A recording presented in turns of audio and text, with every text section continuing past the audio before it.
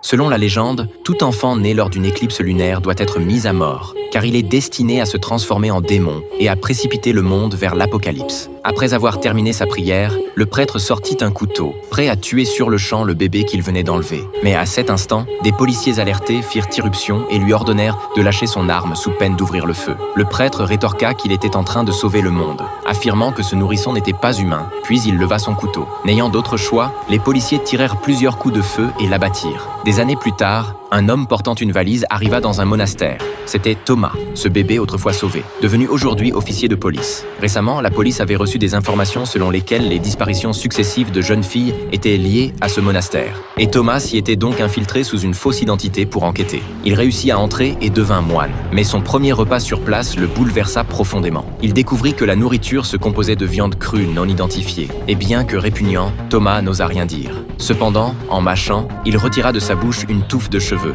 se précipita aux toilettes pour vomir, puis sentit quelque chose d'autre dans sa bouche, une dent humaine, infestée d'asticots. Thomas fut totalement choqué, mais cela confirmait que les 7 jeunes filles disparues étaient forcément liées au monastère. Le soir, Thomas assista à un rituel d'exorcisme où il se tenait en 3 rangées avec des bougies, face à une jeune fille possédée par un démon. Lorsque l'abbé aspergea de l'eau bénite, le démon manifesta sa peur, mais refusa de partir. L'abbé se mit alors à lire les Écritures, et après une série d'opérations, le démon finit par sombrer dans la folie. L'abbé demanda qu'on lui apporte un crucifix, mais au moment où il le leva, celui-ci s'embrasa, laissant Thomas stupéfait. Finalement, bien que l'abbé parvint à chasser le démon, la jeune fille mourut des blessures subies. Pendant qu'ils enterraient la fille, Thomas se faufila discrètement dans la chambre de l'exorcisme et découvrit sous le lit une seringue de morphine utilisée, dont la dose suffisait à tuer un adulte. En se tenant près du lit, il découvrit un mécanisme permettant au lit de trembler tout seul, un ventilateur caché dans le mur pouvant créer du vent, et le crucifix était faux, fonctionnant comme un briquet. L'exorcisme était-il une supercherie? Rongé par le doute, Thomas se rendit au cimetière en pleine nuit, déterra la tombe de la jeune fille décédée,